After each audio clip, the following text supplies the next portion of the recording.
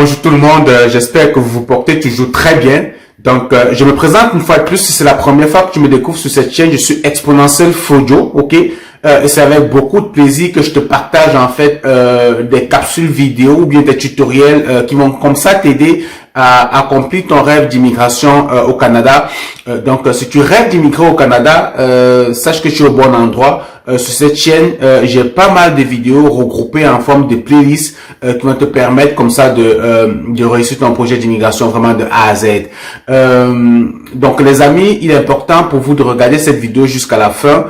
Si vous actuellement vous nourrissez le projet d'immigrer au Canada, si vous êtes indéterminé, vous savez vraiment pas quelle est la procédure choisie, comment vous orienter, quel programme choisir.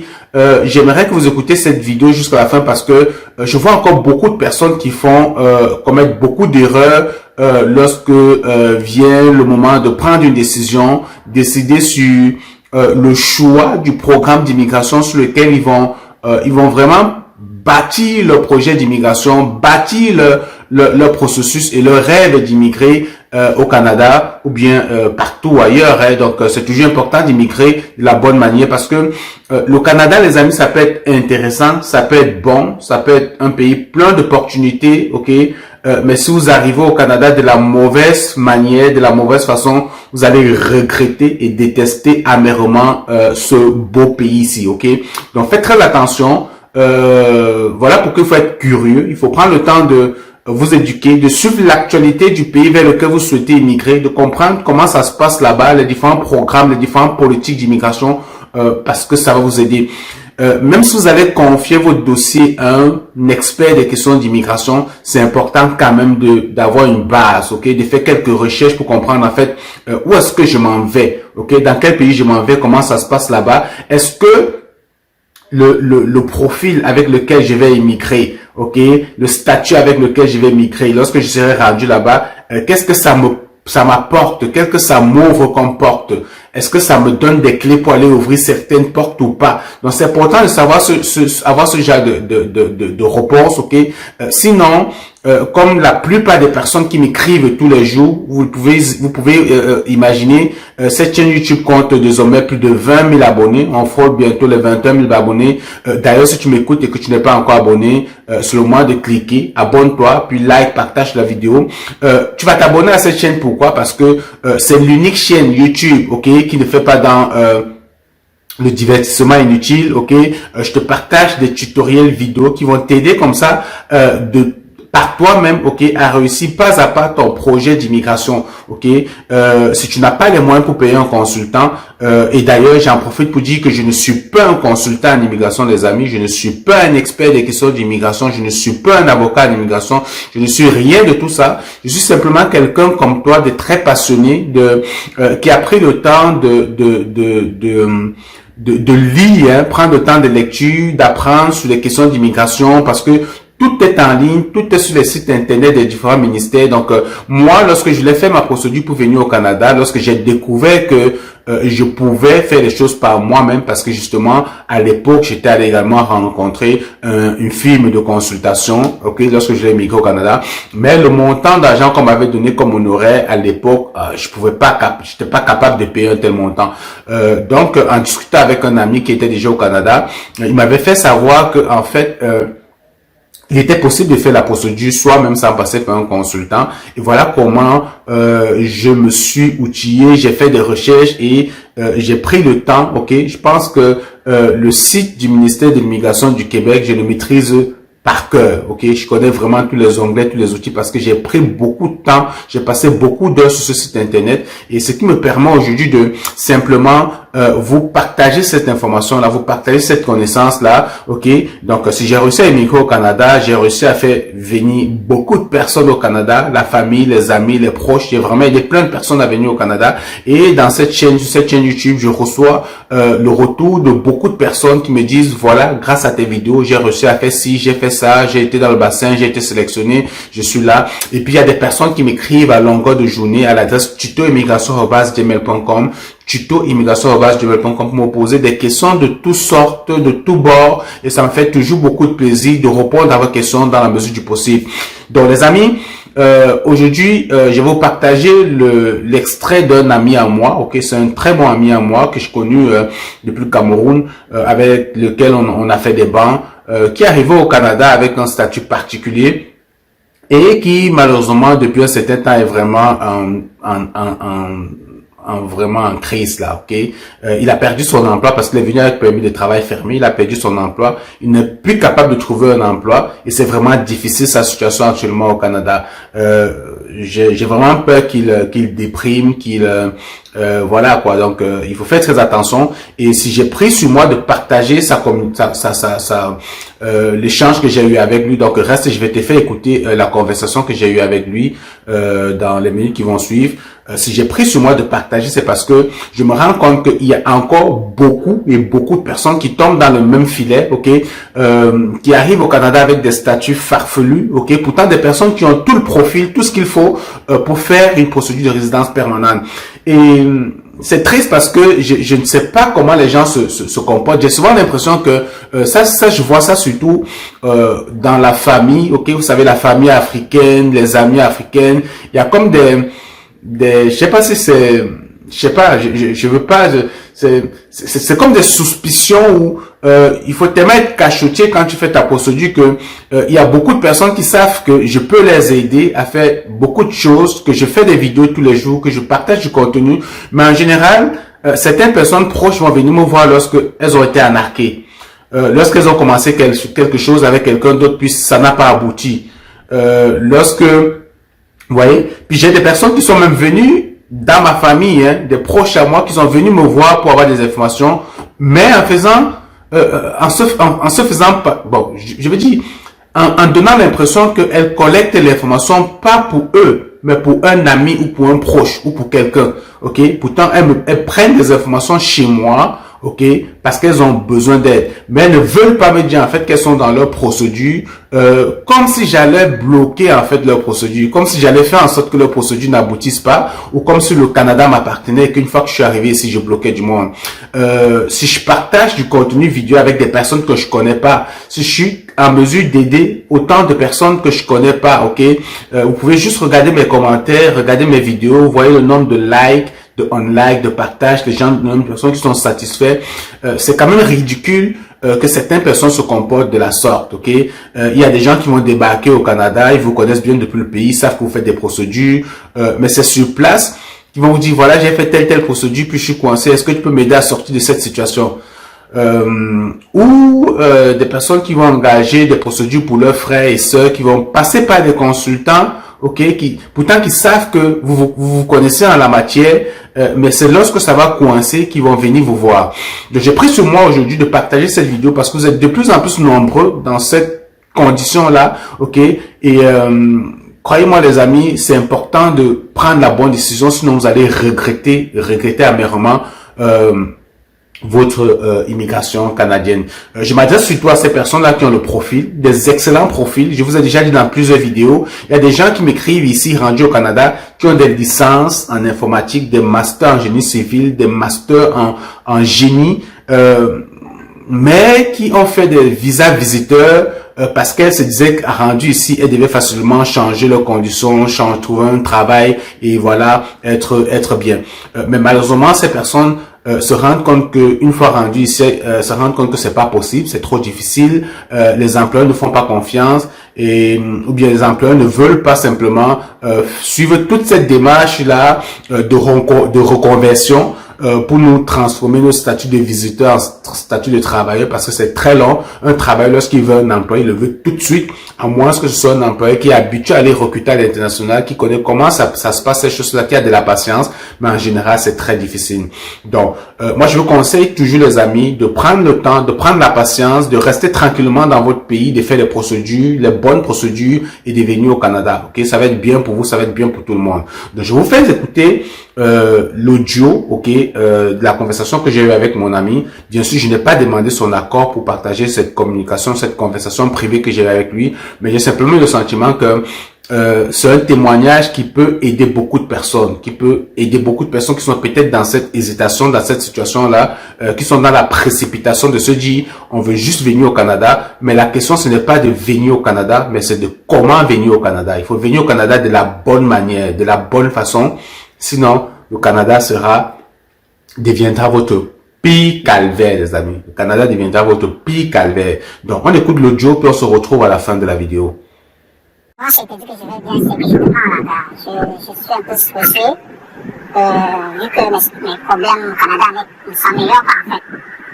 Mais je voulais parler un peu de ma situation. Il ne faudrait pas que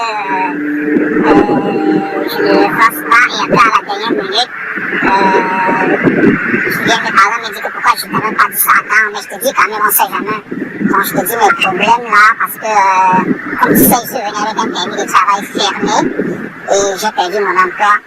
Et les questions pour moi, soit de faire la raison permanente en entrant dans le bassin, faisant mes tests de langue, soit de trouver un autre employeur qui va me mettre encore sur le permis fermé. J'ai dit qu'il va aller faire les procédures avec moi, ce qui n'est pas chose facile. Encore que mon domaine est régulé par l'ordre. C'est-à-dire qu'il faut être CCQ. Parfois, quand ils veulent recruter, ils doivent dire compagnon, DEP, tout ça.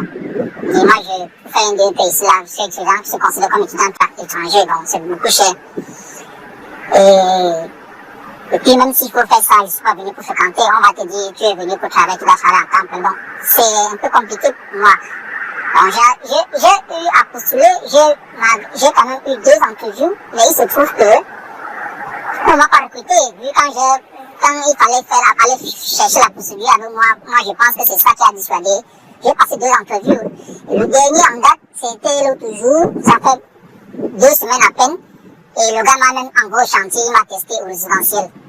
Puis je lui ai fait savoir que, il m'a testé au résidentiel d'abord, après je t'explique. Il m'a testé au résidentiel, et il m'a confirmé que non, tu es bon, tu vois. Et puis il m'a dit, où tu travailles là, tu touchais combien? Moi je lui ai dit, à l'entrevue, hein. Et il m'a dit, tu touchais combien? Je lui ai dit, $28. Et il a dit, ok, on va maintenir les $28, je vais tout te payer $28. Je lui ai donc parlé à condition qu'il faut qu'il aille faire la procédure avec moi. Et il m'a dit qu'il va regarder ça avec un avocat. On a contacté un avocat, l'avocat qui gérait mon dossier avec Gédéon, quand je t'avais parlé. Et puis elle a donné un montant, elle a dit $1000 pour l'EMP, 450 $ pour CAQ, et puis ses honoraires 3500, ça faisait 5000. Moi je vois que ça, le gars a dit que bon, que c'est un peu cher. Il a dit qu'il va contacter un autre avocat qui est son ami. Depuis ce temps-là, c'est au petit vélo qui me met, il me connaît qu'il va m'appeler le soir, il me connaît qu'il va m'appeler le lendemain, il me connaît qu'il va m'appeler dans 2 jours, il ne m'appelle plus. Bon, j'ai compris qu'il n'est plus sur ça. Donc, je suis découragé comme ça. Donc voilà un peu, je suis dans une situation où les employeurs ne sont pas prêts à aller laisser les gars sur place pour aller chercher un étudiant étranger, un travail étranger, parce que ça nécessite de l'argent. Non seulement ça nécessite de l'argent, et puis ça prend du temps, ils vont te dire c'est dans la procédure. Elle a dit que la durée de la procédure, c'est généralement 3 mois. Mais ce qui me motive encore, c'est que le gars, il veut compagnon dans j'ai vu sa publication sur internet, son de recrutement, j'ai postulé, et il a précisé qu'il veut apprenti au CCQ, compagnon, voilà, compagnon. Alors moi, je suis allée dans, je rappelle que j'ai passé l'examen, j'ai été admis à l'examen CCQ officiel, j'ai composé, les résultats vont sortir dans 1 semaine là. Donc, c'est ça qui a même fait que, parce que je lui ai précisé que je suis en attente, que j'ai passé l'examen, j'ai été admis pour faire l'examen CCQ, c'est là qui m'a admis de venir faire une entrevue. Donc moi j'attends que si ça marche, ça pourrait m'aider. Mais en tout temps, comme je disais, je suis venu en mai 2023. Donc, le mai demain, il me reste techniquement un an, 1 mois sur le territoire canadien. Si je ne trouve pas de travail, je vais quitter le territoire. Donc, j'ai dit ça pour que si vous avez le travail, je sais que forcément, avec l'expérience que vous avez sur le territoire, vous pouvez peut-être me recommander quelque part, quoi. Même si ce n'est pas dans mon domaine. Je veux juste un contrat qui peut me permettre d'aller avoir mes papiers, quoi. D'avoir les papiers et d'être régularisé. d'avoir l'expérience québécoise qui peut me permettre de demander la résidence permanente. Autre chose, comme j'ai la licence, comme tu m'avais dit, conseil, j'ai fait le test de langue toujours. Donc, je compose le TCF Canada. Mais avant, j'avais aussi composé le TCF Québec. Le gouvernement m'a fait entrer dans le bassin, dans Harima jusqu'aujourd'hui. Il m'a fait entrer dans le métier spécialisé. Métier spécialisé pour CNP 73, 73, c'est quoi là, mécanicien en réfrigération et climatisation, c'est 73, 13, je pense bien. Et puis il m'a dit que depuis en fait, pendant qu'il y a eu les tirages, on ne va pas tirer. Métier spécialisé. On ne va pas tirer depuis là. Il m'a dit que peut-être il faut prendre les CNP qui commencent par 20 là, c'est 20 combien là, un peu comme ça. On peut changer de CNP et voir. C'est ce qu'on a fait l'autre jour, en fin de mars. Parce que je suis entré le bassin en fin février. Il a dit que ce qui est sûr, en fin de mars, on va sortir, mais c'est qui sera dedans parce qu'on a fait la simulation, j'étais à 500 poussières. Mais rien, on n'a pas tiré. Bon, en fin de mars, en fin de mars, il faut le voir, on a changé, on a mis dans une nouvelle CNP qui commence par 2000 quoi, voilà, un peu comme ça. Nous sommes déjà mi-avril pour le tirage. Il a même dit, il a mis même que je fais anglais. Et que, il faut que, comme j'ai mis anglais, si on me tire, on va me donner un délai de 60 ou c'est combien de jours pour téléverser. Donc, il va falloir que je prenne rapidement un rendez-vous pour l'anglais, pour aller faire l'anglais. Ben, il a mis des notes arbitraires que je dois aller chercher en espérant que je puisse avoir ces notes-là. Minimum. Que si j'ai au moins un CLC 5, c'est une des compétences, je pourrais avoir ça, quoi, que ce soit l'expression, le speaking, le writing, ou le reading, je sais pas.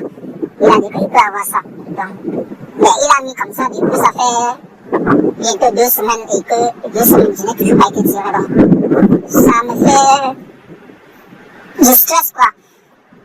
J'ai composé le TCF Québec, le TCF Canada maintenant pour faire en classe parce que là-bas, au moins, depuis janvier, les scores sont un peu bas. En espérant, donc j'attends les résultats d'ici la fin de ce mois, parce que j'ai composé le 11 avril.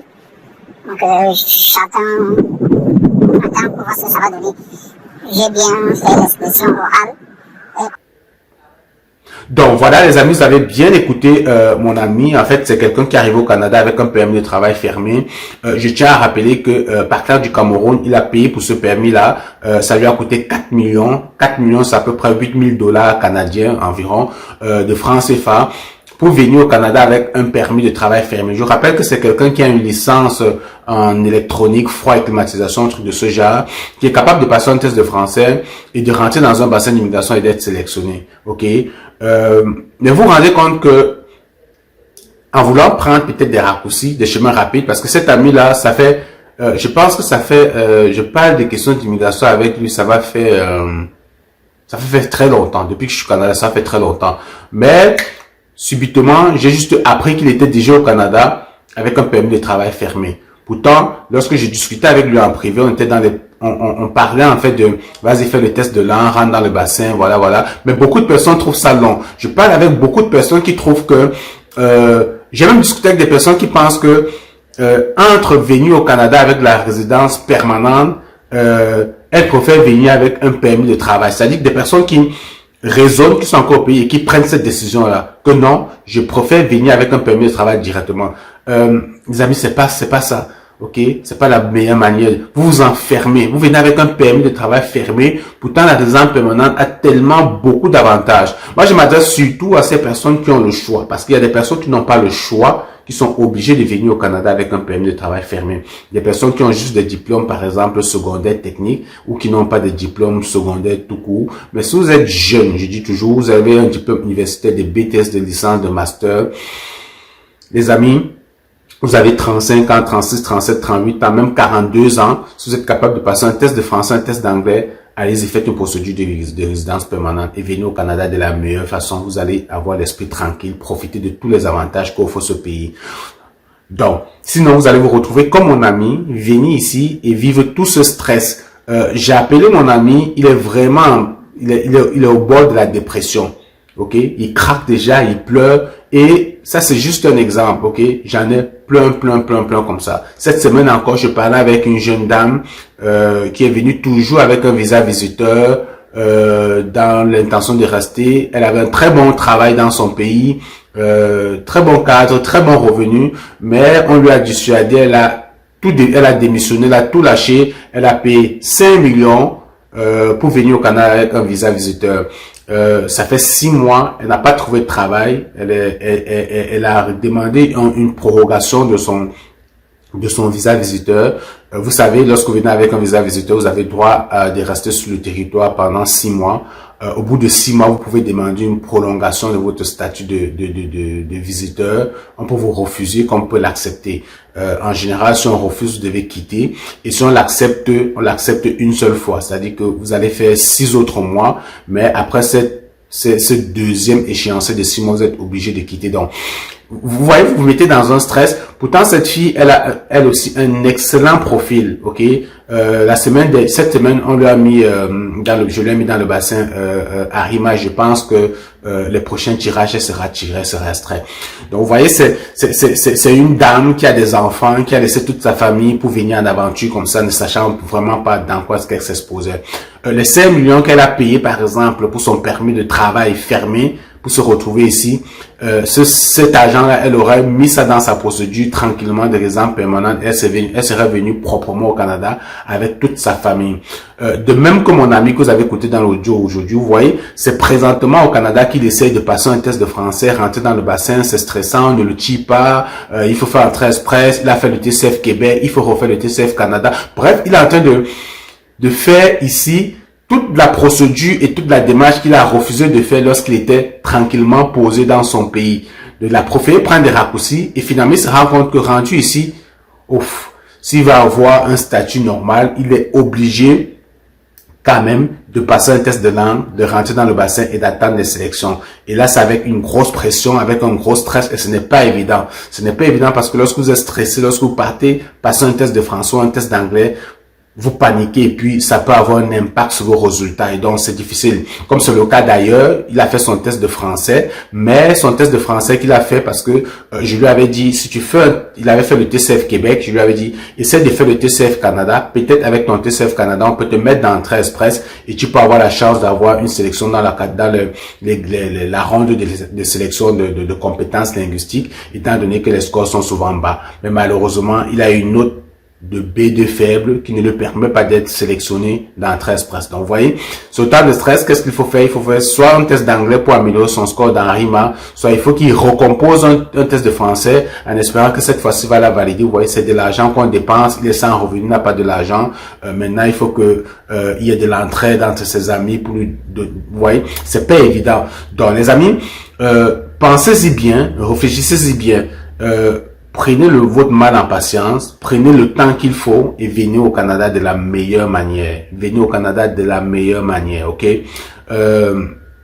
C'est pas toujours évident tel qu'on vous le présente, ok? Ça ne sert à rien, ça ne sert vraiment à rien de se dire non, je peux pas passer un test de français. Vous avez une licence, vous avez un master, vous avez peur de passer un test de français aussi facile, ok?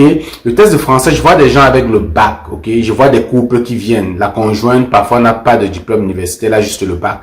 Mais je vois des femmes ou bien des hommes qui accompagnent leur conjointe, qui sont obligés de passer le test de langue parce que elles ne sont pas récurrentes principales dans le dossier, mais elles n'ont pas de diplôme universitaire. Parfois, elles n'ont même pas de probatoire. Elles ont juste un diplôme secondaire, mais elles ont quand même des très bonnes notes au test de français. Mais quand je vois des personnes avec des diplômes, de licence, de master, prendre des raccourcis de permis de travail fermé ou bien de visa visiteur parce qu'elles ont peur d'affronter un test de français. Je parlais encore avec une dame récemment qui me disait carrément, après avoir expliqué tout ce que j'explique là, je sais que beaucoup de personnes, lorsqu'on va écouter cette vidéo, vont dire tu ne peux pas nous décourager, on va quand même partir, on va venir vivre ça sur place. Venez vivre ça sur place, libre à vous, ok, chacun son destin. On n'est pas familier, on n'est pas parenté. Moi, j'essaie juste de vous aider, ok. Si ça peut vous aider, tant mieux. Si ça peut pas vous aider, faites ce que vous voulez. Vous êtes libre de prendre vos propres décisions. Ce que je disais donc, c'est que cette dame-là, avec un master en comptabilité, me faisait savoir qu'elle ne peut pas passer un test de langue. Elle ne peut pas dépenser 220 000 passer un test de français parce qu'on a dit que on lui a dit que ce test est difficile. On lui a dit, elle n'a pas fait de recherche, on lui a dit que ce test est difficile et qu'elle peut l'échouer. Elle préfère venir au Canada comme étudiant. Donc, vous voyez des arguments comme ça. Vous avez déjà un master, une licence. Vous voulez venir étudier au Canada. Pourtant, vous avez de l'expérience et tout ce qu'il faut pour venir directement comme résident permanent. C'est-à-dire que vous vous privez de passer un test de français qui va vous coûter 220 000 francs. Ok, c'est-à-dire que à peine moins de 400 $, pour venir au Canada en tant qu'étudiant, parfois dans un cycle de baccalauréat, disons que c'est même un cycle juste de DEC de 2 ans, pour payer pratiquement 65 000 $ en 2 ans. Ou un cycle de baccalauréat, vous allez payer minimum 35 000 à 40 000 $ par an avec des frais de subsistance. Vous voyez à peu près combien ça équivaut, les amis. Pourtant, vous pouviez, c'est-à-dire que vous allez vous priver de faire une procédure qui va vous coûter à peine 2 millions et demi, 3 millions, c'est-à-dire à peine 5 à 6 000 $ pour venir vous embarquer dans des projets qui vont vous coûter pratiquement 70 000, 80 000 $ pour tout un cycle d'études tout compris. Est-ce que vous entendez des fois, les amis? Donc, faites très attention.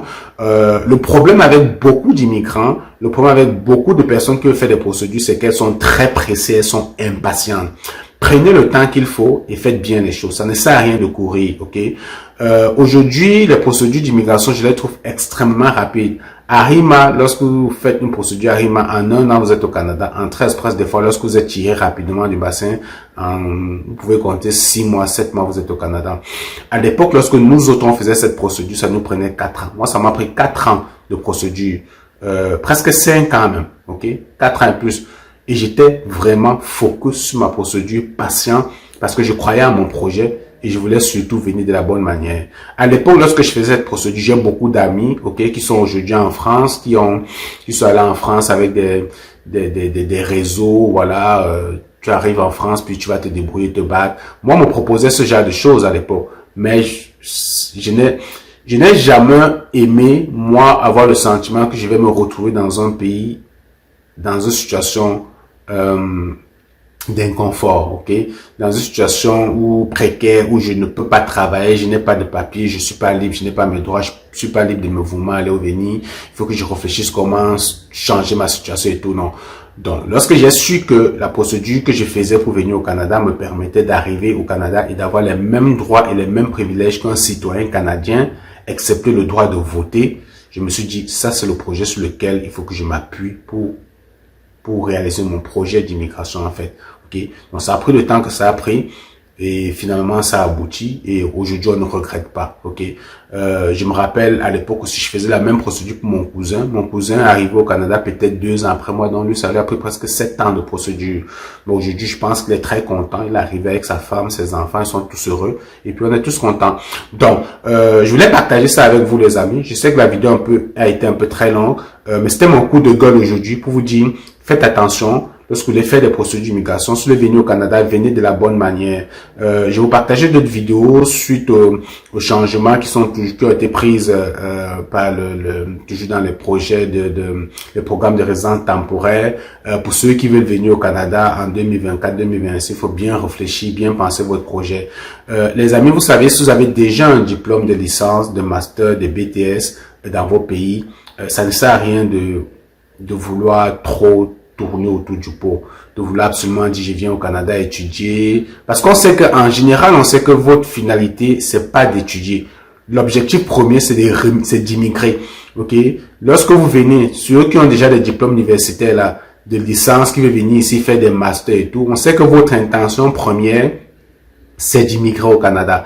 Donc, si vous avez déjà un diplôme de universitaire, ça ne sert à rien de venir au Canada étudier encore. Ça coûte beaucoup trop cher. Passez un test de langue, rentrez dans le bassin, prenez votre mal en patience, vous seriez sélectionné. Il n'y a pas de raison que vous ne soyez pas sélectionné, surtout si vous avez moins de 35 ans avec des diplômes de licence. ok? Prenez votre mal en patience, vous allez arriver au Canada. C'est pas compliqué, c'est très simple, ok? Vraiment très simple. Donc, si vous avez aimé la vidéo, un like, un partage.